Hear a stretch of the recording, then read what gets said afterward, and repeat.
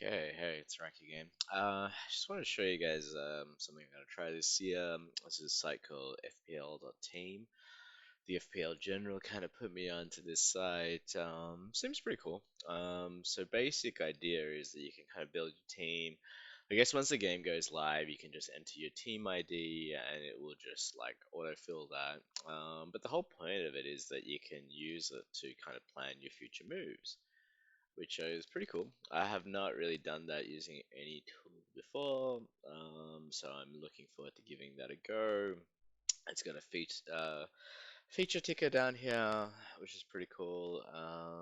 So yeah, like one of the concerns I have with my team, it's what like sort of Mark highlighted in FPL Black Box is what happens if, right? So what happens if I'm looking at probably going in with two low-priced forwards, and so what happens if one of the higher-priced forwards really leaps off like game week one, which could easily happen. And if you kind of filter or have a look by game week one, let's do that in Fantasy Football Scout because it's not letting me do that here. So let's look at the likely kind of scenarios, right? Like who has easy games? Okay, Arsenal. So I've got two Arsenal midfielders. That's pretty good. What if Jesus really goes off? Okay, I think I'm not too worried about that. Bournemouth. Okay, who does Bournemouth have? Right, like that could really hurt me. Do I have anyone that could really hurt me? Let's have a look. So Bournemouth, Solanke. Okay, he's 6.5. Okay, that's not too bad. I can get to 6.5 pretty easily. So my team has, yeah, a 5.5 or 4.5. Okay, so that's not too bad. That's available in kind of two moves, like a downgrade a defender and then get to 6.5, or downgrade a midfielder and get to 6.5. That's not too bad. All right, who else we got? Let's have a look. So look at season ticker. So we're in attack. Okay. So Arsenal, Brighton. Yeah, I mean Brighton is one of the reasons I'm going probably with Pedro. So I think that's fine. If one of the midfielders does really well, I can either live with it or I can get them that they're all a downgrade from my midfielders. Crystal Palace, don't really care. United, I think United's interesting. There's a new United signing. Um, who is United signing? So I can't remember this guy's name. It starts with H, I think. Let's bring this up here. So who's in? Um, 2023. Wow, look at this. Look at how many they had transfers in 20. How many people they've had leave, and they haven't got much in. Okay, so it still must be a. It's not a completed transfer. So I have seen it in my Twitter threads come up. Yeah, there's a new forward basically that's come in to Manchester United. Let's see if we can find him. Yeah, there you go.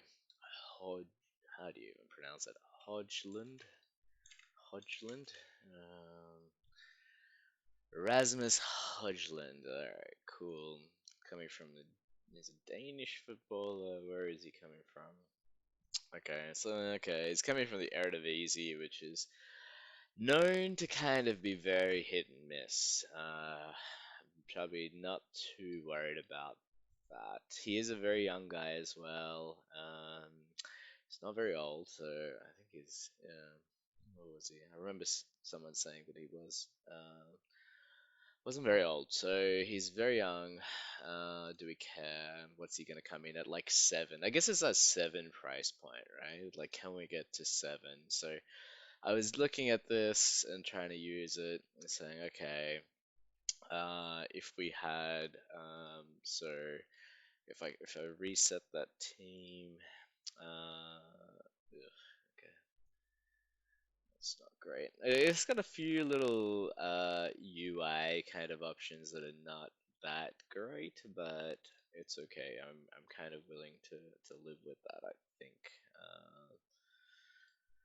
If it lets me. Um, yeah, okay. So it did save my draft team because I had to create it all manually because the team isn't saved yet.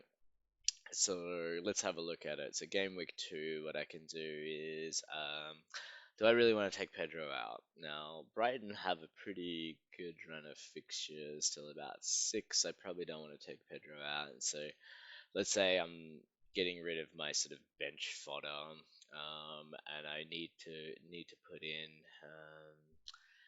I need to put in, who do I need to put in? So someone around the 7 sort of price range, right? So let's have a look. So maybe like the Chelsea guys, because who are another sort of ones that could fire, and especially Nkaku is very popular, 18.3. So what if he has a brilliant game against Liverpool, and we kind of look at the ticker and go, Chelsea's got a pretty blue ticker after game 1, right?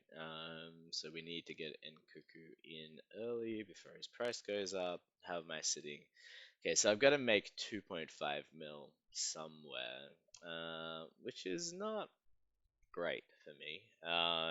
So maybe this is a valid argument for having something like Salah and having a 7 million price point. I still don't think so, but it is something to consider. So I even getting rid of Martinelli, I could only get a 5.5. So that's not great. But I mean, look, there is this guy at what is it? Newcastle, right? That's a 4.5 mil guy that's apparently might play, and he's looks quite good.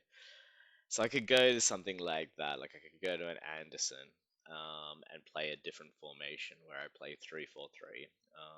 Back to that, or 4-4-3 something, right? Because I got yeah. So obviously I'm gonna play Rashford. So yeah, I could play 3-4-3 pretty easily, and it's pretty comfortable, and I'd even have a mil left in the bank. So yeah, that looks good to me. I'm not too fast.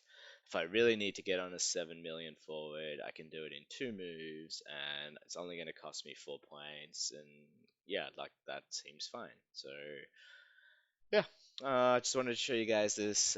Can think about using it. There's a free version. The paid version is like $10 a year, to remove ads and yeah, support the site, I guess, which I always like to do. So have a look, see if it's useful for you. Thanks. Bye.